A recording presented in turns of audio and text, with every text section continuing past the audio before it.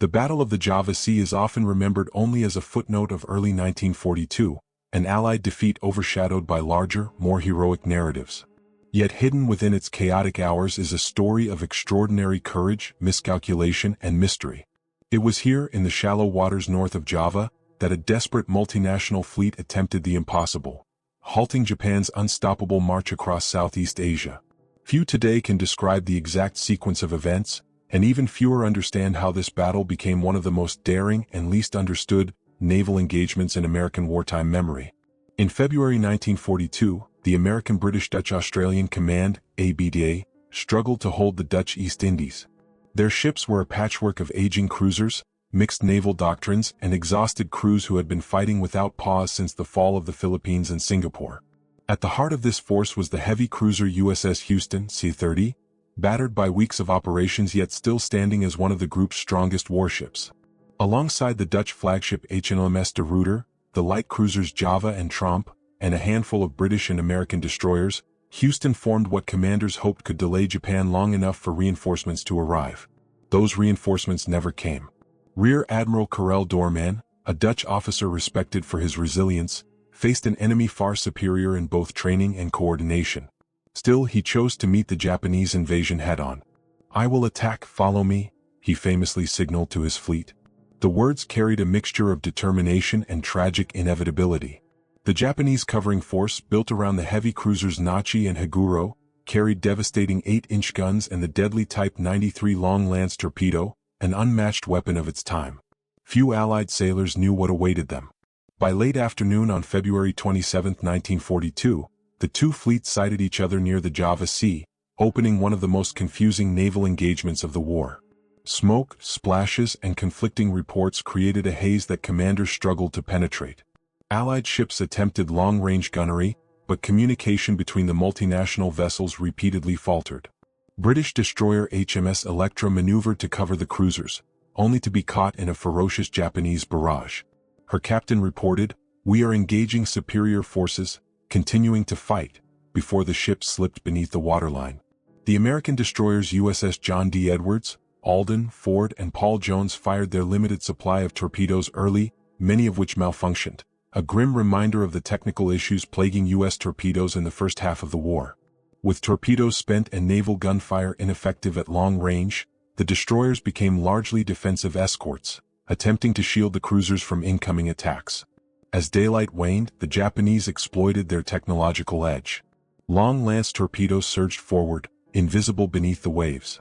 One struck the Dutch cruiser Java, detonating her ammunition and sending her down in a catastrophic explosion witnessed by nearly every ship in the formation. Minutes later, another torpedo slammed into the flagship de Ruyter, fatally damaging the vessel and killing Admiral Doorman. With his death came the collapse of organized resistance. The American cruiser Houston, low on ammunition after weeks of fighting, nonetheless managed to survive the night engagement, despite being bracketed by Japanese fire several times. Her crew reported strange silhouettes in the darkness, unidentified ships, flashes of gunfire from unconfirmed directions, and confused signals that did not match any known Allied vessel. Even after the war, naval historians debated the accuracy of these accounts. Were they Japanese destroyers circling in for attacks, or the last moments of other Allied ships fighting unseen? The nighttime confusion of the Java Sea created a tangle of unanswered questions. Among the greatest mysteries remains the fate of several Dutch destroyers whose final moments were never fully documented. Lost in the haze of battle, they vanished with little radio traffic, leaving only uncertain survivor testimonies and fragmented reports from Japanese logs. The chaotic retreat that followed saw Allied ships scatter toward Java and Australia, many of them hunted down over the next 48 hours. Diary entries recovered from USS Houston's crew paint a somber picture of exhaustion and uncertainty. One sailor wrote, "We barely know what hit us. Every hour brings new orders, new losses. Feels like the sea is swallowing us whole."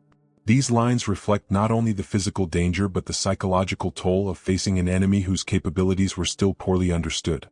The legacy of the Java Sea battle is built not on victory, but on sacrifice and confusion. It marked the beginning of a long, grueling climb for the U.S. Navy. The survivors would soon face new battles, new dangers, and new mysteries, each more challenging than the last. And as the battered remnants of ABDA retreated southward, Few realized that the next daring episode would unfold in the skies above Japan itself. The Doolittle raid is remembered for its audacity, the first American strike on the Japanese home islands after Pearl Harbor, but few recall the perilous naval operation that made it possible. Before 16 B-25 bombers ever lifted off the deck of the USS Hornet, Task Force 16 had to slip across the vast Pacific, evading detection by Japanese patrol lines that were tightening by the day. What most documentaries overlook is the razor-thin margin between success and disaster. The escort mission carried its own dangers: primitive radar, uncertain intelligence, and the risk that one enemy scout boat could unravel the entire operation before it began. On April 2, 1942, the USS Hornet departed Alameda with Lieutenant Colonel James Doolittle's medium bombers lashed to its flight deck, an unprecedented sight. The carrier sailed to rendezvous with Vice Admiral William Halsey's USS Enterprise, forming Task Force 16. Their mission required them to push farther west than any U.S. carrier group had dared since the war began. The crews understood the stakes. If detected too early, the Japanese could send surface fleets, submarines, or land-based aircraft to annihilate the task force long before the bombers reached launch distance. Sailors recalled the uneasy silence aboard Hornet as the two carriers steamed in formation. One enlisted man wrote in his diary, "We know this isn't a normal operation. Everyone is whispering. Even the sea feels louder than we do." The tension grew as the task force entered waters patrolled by Japanese picket vessels, converted fishing boats and trawlers equipped with radios. These small craft formed a thin but dangerous ring of early warning posts that had already detected previous U.S. incursions. By April 17, Halsey received scattered intelligence suggesting the Japanese might be strengthening their outer surveillance net. Fuel was running lower than planned due to harsher seas, and his carriers were already pushing the limit of what was considered safe. Still he pressed forward. The Doolittle raiders depended on it. More importantly, America needed a symbolic victory. In the early morning darkness of April 18, radar operators aboard Enterprise detected intermittent signals, faint, patchy, and difficult to interpret. The operators debated whether these were small vessels or atmospheric anomalies. Some signals vanished abruptly, as if the source had changed direction or cut power. Later analysts would argue over these blips. Were they Japanese scouting boats that failed to spot the task force, or did the Americans misread environmental interference? Whatever the truth, the signals set nerves on edge. At 0738 hours, the tension shattered. A Japanese picket vessel, later identified as the Nito Maru, spotted the task force. Radio men aboard Hornet intercepted Japanese transmissions almost immediately. The alarm spread quickly across the formation. The operation had been compromised. Halsey faced an impossible choice: retreat or launch the bombers immediately hundreds of miles before the intended point, with slim prospects of reaching the planned landing zones in China. He chose to launch. Amid turbulent seas, the B-25 crews prepared their aircraft as the carriers continued to churn westward. Doolittle gave his men final instructions and climbed into the lead bomber. What followed was one of the most remarkable takeoffs in military history. 16 medium bombers, each never designed for carrier use, lifting into the stormy Pacific air with only feet to spare. Below deck, Hornet's sailors cheered blindly. They could not see the aircraft once they cleared the bow, but they heard each engine roar into the open sky. The launch marked only the midpoint of the escort mission, not the end. Halsey now had to race his carriers back towards safer waters before Japanese aircraft or submarines could pursue them. Reports of scattered radio contacts reached the task force as it retreated. Some were verified, some never confirmed. One sonar operator aboard the destroyer USS Gwin later testified that he detected what he believed to be a submarine shadowing the fleet. No attack followed, and no Japanese submarine logs ever confirmed the sighting. Whether it was a genuine threat or a byproduct of exhaustion remains unresolved. Meanwhile, the fate of the Japanese picket vessels encountered that morning added to the mission's fog of uncertainty. Several were sunk by U.S. destroyers, but at least two, the Americans believed, might have escaped intact. If they did, they could have transmitted additional reports the task force never intercepted. This ambiguity still puzzles historians. As Task Force 16 withdrew, the enormity of what had just occurred began to settle in. The bombers were gone, flying toward an uncertain fate over Japan and China. The carriers were racing to avoid retaliation. And the Pacific, so vast, so empty, felt suddenly alive with unseen threats. The Doolittle raid would become a symbol of American resolve. But the escort operations, the perilous journey that delivered those bombers to their launch point, remain overshadowed. Their story is one of constant tension and near misses, of radar echoes and fleeting signals that could have doomed the mission at any moment. And in the weeks that followed, as the Japanese scrambled to respond, an even more surprising confrontation would emerge in one of the most remote corners of the North Pacific, the Battle of the Komandorsky Islands. In the northernmost reaches of the Pacific, where winter seas rise like iron walls and daylight barely scrapes the horizon, one of the most unexpected naval battles of World War II unfolded. The Battle of the Komandorsky Islands, fought on March 26, 1943, stands out as a rare gun duel in an era increasingly dominated by aircraft and submarines. Yet what makes this clash so daring is not merely the mismatch in firepower, it is how a small, isolated U.S. force confronted a superior Japanese fleet and somehow prevented a critical resupply mission to the Aleutian garrison at Attu. It remains a battle defined by boldness, confusion, and questions naval analysts still debate. Rear Admiral Charles S.O.C. McMorris commanded the American patrol group known as Task Group 16.6, comprised of the heavy cruiser USS Salt Lake City, the light cruiser USS Richmond, and 4 destroyers, USS Bailey, Coghlan, Dale, and Monaghan. Their mission was to intercept Japanese shipping bound for the Western Aleutians, a cold, remote theater often forgotten in broader discussions of the war. Radar capabilities were limited, weather conditions were brutal, and intelligence reports were vague, providing only a general expectation that Japanese forces might be active in the area. At dawn on March 26, in waters east of the Komandorsky Islands, radar operators aboard Salt Lake City began picking up faint contacts. Initially, McMorris believed the group had stumbled upon a convoy of transports with a light escort, manageable opposition for his small force. But the truth soon became clear. Out of the mist emerged not just supply ships, but a formidable Japanese escort fleet centered on the heavy cruisers Nachi and Maya, supported by 2 light cruisers and 4 destroyers. The Americans were outgunned in every respect.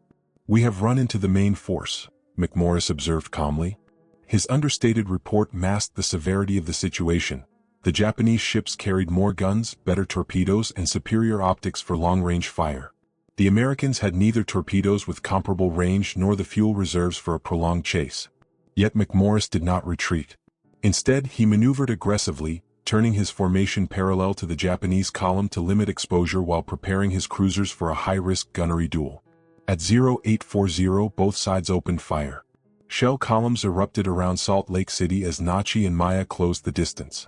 The American cruiser returned fire methodically, her 8-inch guns hammering out shells despite the rough seas. Gunnery officers later recalled how the cold wind cut into their faces as they adjusted range tables that seemed to drift with each swell. Meanwhile, USS Richmond, older, slower, and more lightly armed, worked to maintain formation while the destroyers circled like wolves, waiting for openings to rush in. The Japanese pressed forward confidently. Their long lance torpedoes, capable of running more than 20,000 yards at high speed, posed a catastrophic threat. Yet for reasons still debated, the Japanese commander, Vice Admiral Boshiro Hosogaya, hesitated to launch a full torpedo spread in the early phases of the battle. Some historians believe he misread the Americans' maneuvering. Others argue he feared retaliation from U.S. aircraft that were, in reality, nowhere near the battle area. The tide turned briefly when Salt Lake City scored several hits on Nachi, disrupting her fire control and slowing her advance. This moment of American success, however, was short-lived. By mid-morning, Japanese shells found their mark. Salt Lake City suffered engine damage, then later a hit that cut her electrical power. Her speed dropped perilously. She was becoming a stationary target in open water. As Salt Lake City slowed, her captain ordered black powder scattered on deck to create smoke, a desperate improvisation to obscure the ship from Japanese gunners. In response, the American destroyers lunged forward. USS Bailey, Coghlan, and Monaghan launched a torpedo attack to distract the enemy fleet, racing straight into the maelstrom. Bailey absorbed several hits but pressed on, firing her torpedoes from dangerously close range. What happened next remains one of the battle's lingering mysteries. Despite holding a clear advantage, Hosogaya suddenly disengaged, ordering his fleet to withdraw. The Japanese had won the gunnery duel, damaged multiple American ships, and still possessed overwhelming strength. Why he retreated remains uncertain. Post-war analyses proposed several explanations. He may have overestimated American reinforcements, believed airstrikes were imminent, or feared his damaged vessels could not withstand another exchange. What is certain is that his decision effectively ceded the battle to the Americans. The U.S. ships, battered, low on ammunition and nearly out of fuel, held the field. The Japanese convoy never reached Attu. The strategic impact was immediate. The isolated garrison would soon weaken, setting the stage for the American landings on Attu in May 1943. After the battle, crew diaries and after-action reports revealed the strain of that morning. A gunner aboard Salt Lake City wrote, "We fired until our barrels glowed. At times, we didn't know if we were hitting them, or if they had us already." His words capture not only the chaos but also the sense of fighting blind in a remote theater far from reinforcements or recognition. The Komandorsky Islands battle stands as a rare example of an outmatched force accomplishing its mission through sheer will and aggressive improvisation. Yet its mysteries persist: the radar echoes, the unexpected Japanese withdrawal, and the strange luck that kept the American ships afloat. And in late 1943, as the U.S. moved deeper into the Southwest Pacific, another operation would push naval forces into nightmarish coastal waters: the Battle of Cape Gloucester. In the final days of 1943, as U.S. forces prepared to assault the Japanese stronghold of Cape Gloucester on New Britain, a different kind of battle unfolded offshore, one largely eclipsed by the infantry struggle that followed. While the Marine 1st Division advanced through the island's dark, steaming jungles, the U.S. Navy waged a parallel campaign in the surrounding waters. This naval phase of the Cape Gloucester operation, though rarely highlighted, was a brutal contest fought in suffocating humidity, treacherous currents, and pitch-black nights where the line between enemy craft, civilian boats, and shadows blurred dangerously. It was an environment where confusion bred mystery, and even the most seasoned sailors found their senses tested. The naval screen supporting the landings consisted mainly of destroyers from Task Force 74 and Task Force 76, ships such as USS Mugford, Bagley, Helm, and the veteran USS Drayton. Their mission was deceptively straightforward: provide fire support for the Marines and interdict the network of Japanese barge routes threading through the Bismarck Sea. But the Japanese had mastered night movement in these waters, using narrow channels, mangrove swamps, and low silhouettes to conceal their operations.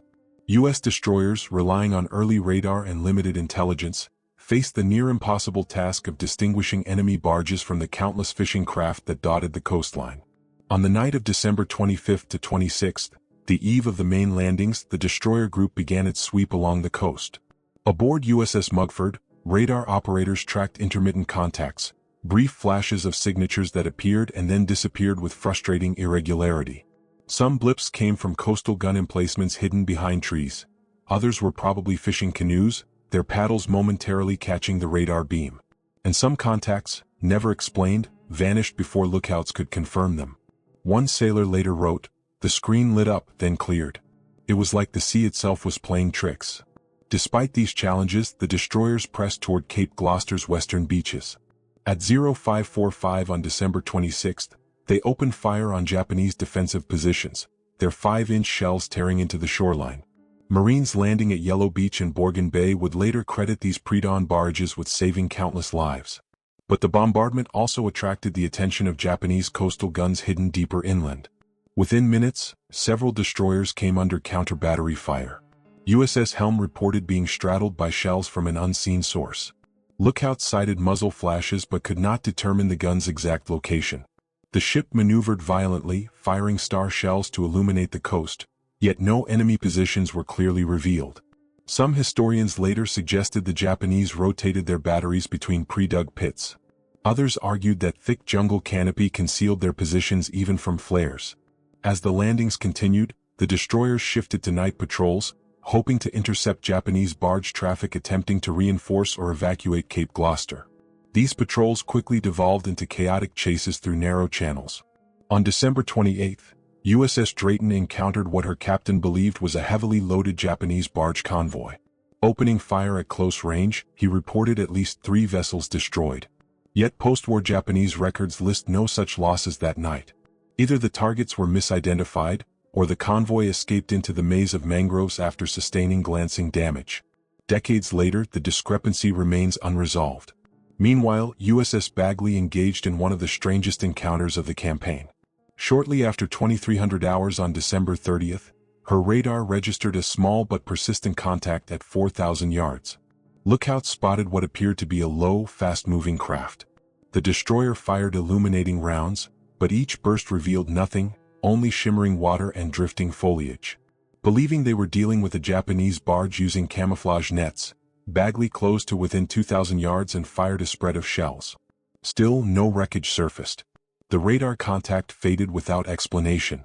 The ship's log noted the event tersely: unidentified surface target lost from radar. No further sightings. These uncertainties reflected the broader challenge of the naval operation, fighting an enemy who used the environment itself as a weapon. Japanese barges were notoriously difficult targets, flat, low, and nearly impossible to detect without luck. Their crews sometimes cut engines at the first hint of detection, drifting quietly into marshes before revving motors and escaping once patrols passed. Some U.S. officers reported hearing engines in the distance with no corresponding radar contact, raising questions about intentional deception or radar limitations. Others believed they were encountering decoys, though evidence remains inconclusive. Amid the confusion, the destroyers continued their support role relentlessly. On New Year's Eve, USS Mugford delivered suppressing fire for Marines advancing toward the airdrome, silencing machine gun nests and artillery that had stalled progress ashore. The bombardments came with risk. Several Japanese shells landed close enough to send shrapnel across her decks. Yet the destroyer never left her station. By early January, the Japanese position at Cape Gloucester was collapsing. Barges still attempted night escapes, but many were intercepted, some confirmed, others only suspected.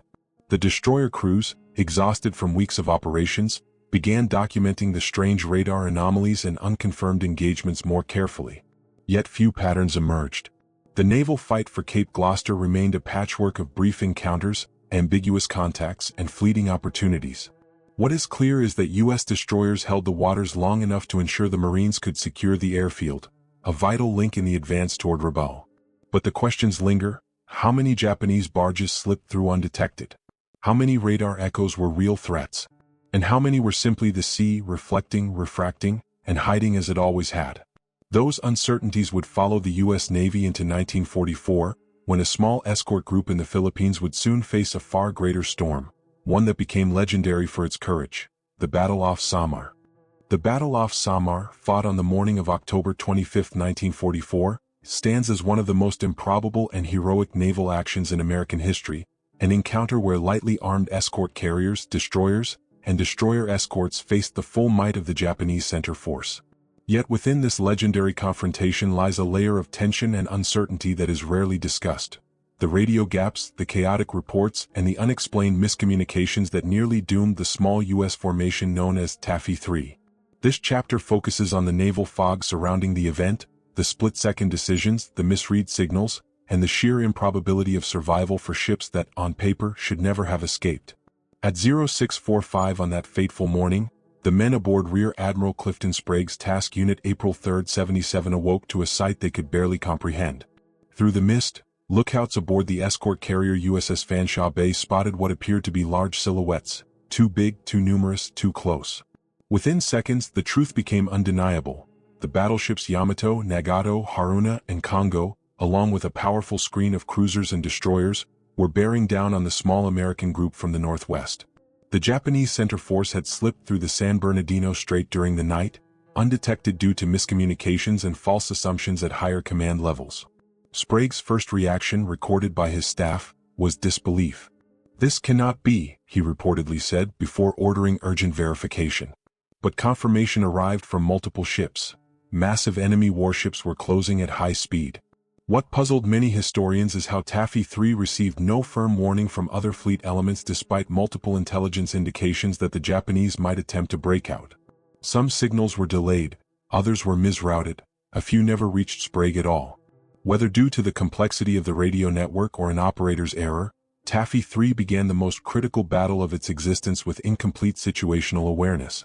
The American carriers Gambier Bay, St. Lo, Kalinin Bay, White Plains, Kitkun Bay, and Fanshawe Bay were slow, lightly armored, and armed with aircraft designed for anti-submarine warfare. Their escorts, destroyers USS Johnston, Hull, and Herman, and destroyer escorts USS Samuel B. Roberts, Raymond, and Dennis, were faster but carried only 5-inch guns and thin hull plating. Yet in that moment of crisis, these smaller ships accelerated into action. At 0702, Commander Ernest Evans of USS Johnston made a decision that would become legend. He ordered flank speed toward the enemy. His ship's log recorded the moment simply: commenced attack. Evans launched a spread of torpedoes against the heavy cruiser Kumano, crippling her bow and forcing her to withdraw. But what remains intriguing is an earlier radar contact reported by Johnston's CIC team. A brief, flickering signal suggesting another ship trailing behind Kumano. Post-war Japanese records list no such vessel in that position. Whether the contact represented sea clutter, a radar ghost, or a fleeting glimpse of another cruiser that changed course remains unresolved. As the battle intensified, radio channels across Taffy 3 became flooded. Ships transmitted overlapping distress calls, maneuvering reports and requests for air support. Yet at several key moments, critical messages failed to propagate. Kalinin Bay, for instance, reported multiple hits that never reached Sprague until minutes later. Gamber Bay's SOS transmissions were intermittently garbled, as noted by nearby destroyers. Some officers suggested atmospheric interference. Others believed overloaded circuits caused partial dropouts. These fragmented communications created a mosaic of uncertainty that forced Sprague to rely heavily on visual observation and instinct. Meanwhile, Japanese commanders wrestled with their own confusion. The sheer audacity of the American attacks led Vice Admiral Takeo Kurita to believe he was facing larger, more capable carriers, the fast carriers of Task Force 38. Reports from his cruisers contradicted each other.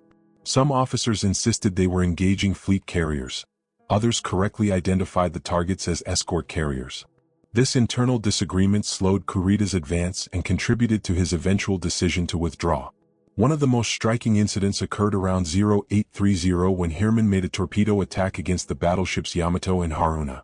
As she withdrew under heavy fire, radar operators detected what they described as a large target emerging behind the Japanese line, only to vanish minutes later. No Japanese ship was ever identified in that position. Sailors later theorized it could have been a radar reflection off a squall or even the profile of Yamato distorted by sea conditions. Yet the uncertainty lingered in action reports. The climax of the battle came when Gamber Bay, overwhelmed by cruiser fire, slowed and began to sink. Her final radio messages contained partial coordinates and fractured transmissions. Nearby ships attempted to relay her signals, but atmospheric distortion rendered many unreadable.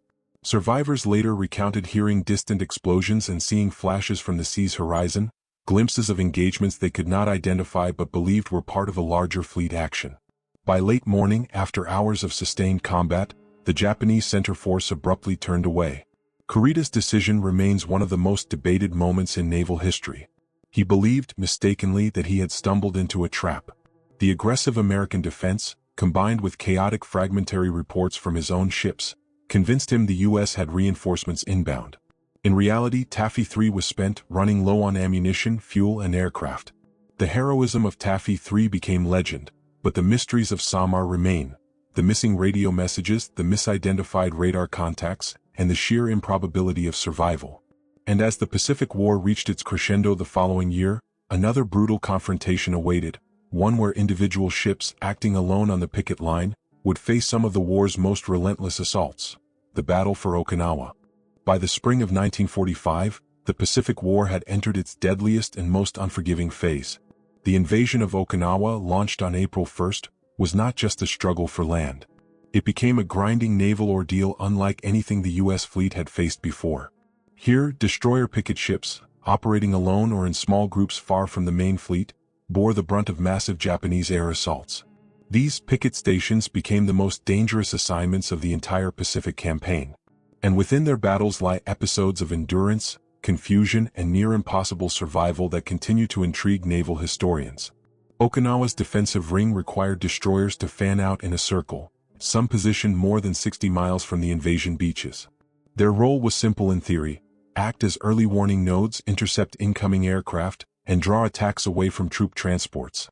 In practice, it meant isolation, long hours at battle stations, and wave after wave of kamikazes hunting for targets. The destroyer USS Laffey, later known as the ship that wouldn't die, became the symbol of this crucible.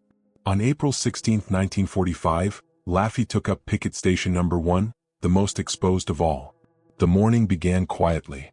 Radar operators reported scattered contacts, distant, inconsistent, and difficult to identify. Some were American patrol aircraft. Others were likely birds or atmospheric reflections. But a few returns behaved oddly, appearing suddenly at medium range before fading as quickly as they surfaced.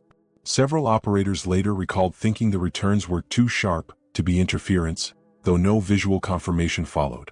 Moments like these fed a sense of tension, a feeling that the enemy was gathering just beyond sight. Shortly after 0820 the attack began. Japanese aircraft, Zero fighters, Ki-43 Oscars and several twin-engine bombers, dived toward Laffey in coordinated bursts. The destroyer's gunners opened fire with everything they had. 5-inch mounts, 40mm Bofors and 20mm Oerlikons chattered in frantic unison. The skies became a storm of tracer fire, smoke and spiraling aircraft. Yet even amid this chaos, strange inconsistencies emerged. Several pilots reported more incoming fighters on radar than could be visually accounted for. A fire control officer wrote, "Contacts everywhere, but we only saw a handful." Whether these were radar ghosts, misidentified friendly aircraft, or simply the fog of combat remains debated. At 0830, a Japanese bomber crashed into Laffey's stern, rupturing fuel lines and igniting an inferno. A second attacker smashed into her after 40mm mount minutes later. The ship shuddered violently, her decks engulfed in smoke. Still, Laffey remained afloat. Her crew fought fires with hoses clogged by debris, passing buckets hand to hand when water pressure failed. Electricians rigged emergency power lines through smoke-filled compartments.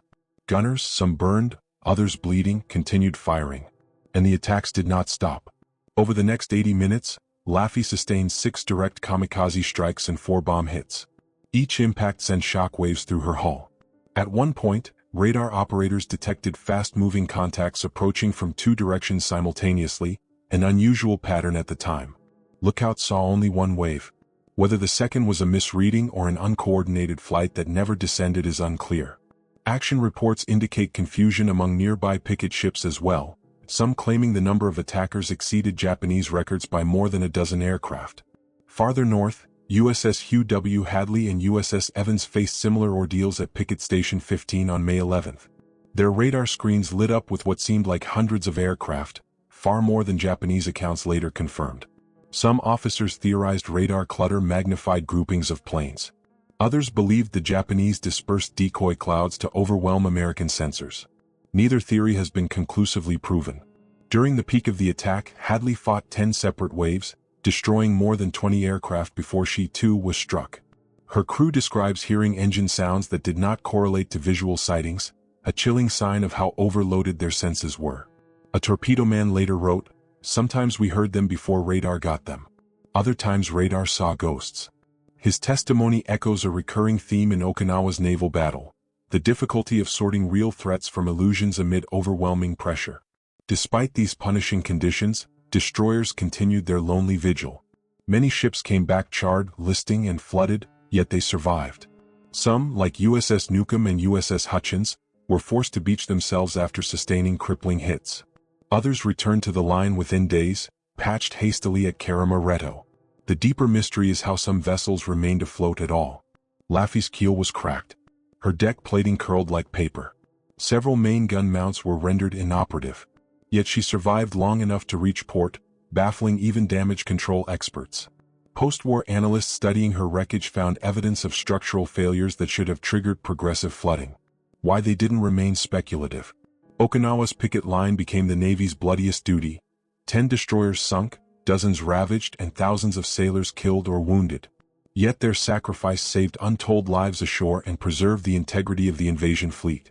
As the guns finally fell silent in June 1945, the battered ships of the picket line returned to anchorage, not as quiet sentinels, but as survivors of a battle that stretched the limits of endurance and understanding.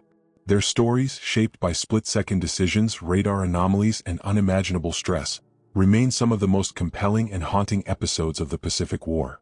With the war nearing its end, these lesser-known battles, Java Sea, the Doolittle Escort, Komandorsky, Cape Gloucester, Samar, and the Okinawa picket line, stood as testament to the courage and resilience of sailors who fought in the shadows of history.